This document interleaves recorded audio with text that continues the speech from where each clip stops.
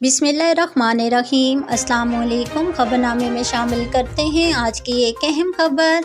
Public authority बराए civil information ने civil card की होम डिलीवरी सर्विस फराहम करने के लिए एक नया टेंडर जारी किया है, जिसमें कहा गया है कि बोली जमा कराने की आखिरी तारीख जुमेरात 23 फरवरी 2023 है।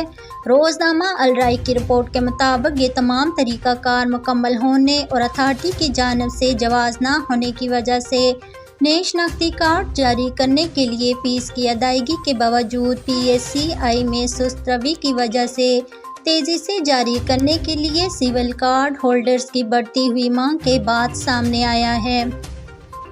ताहीर के लिए वज़ारत औक़ाफ़ ने एक सरकारी ज़राए ने इंकशाफ किया है कि हज के लिए दूसरा इलेक्ट्रॉनिक फॉर्म जल्द ही इन लोगों के लिए शुरू किया जाएगा जो हज के ख्वाहिशमंद हैं। रोज़नामा अल-कब्स की रिपोर्ट के मुताबिक ज़राए ने वजाहत की है कि ये प्लेटफॉर्म काफ़िलों और खिदमात के नाम और इनकी कीमतों को अवाम के सामने ज़ाहिर करेगा, ताकि हज के लिए कबूल किए गए अफराद के लिए इनके लिए मुनासिब इंतखाब करना आसान हो जाएगा।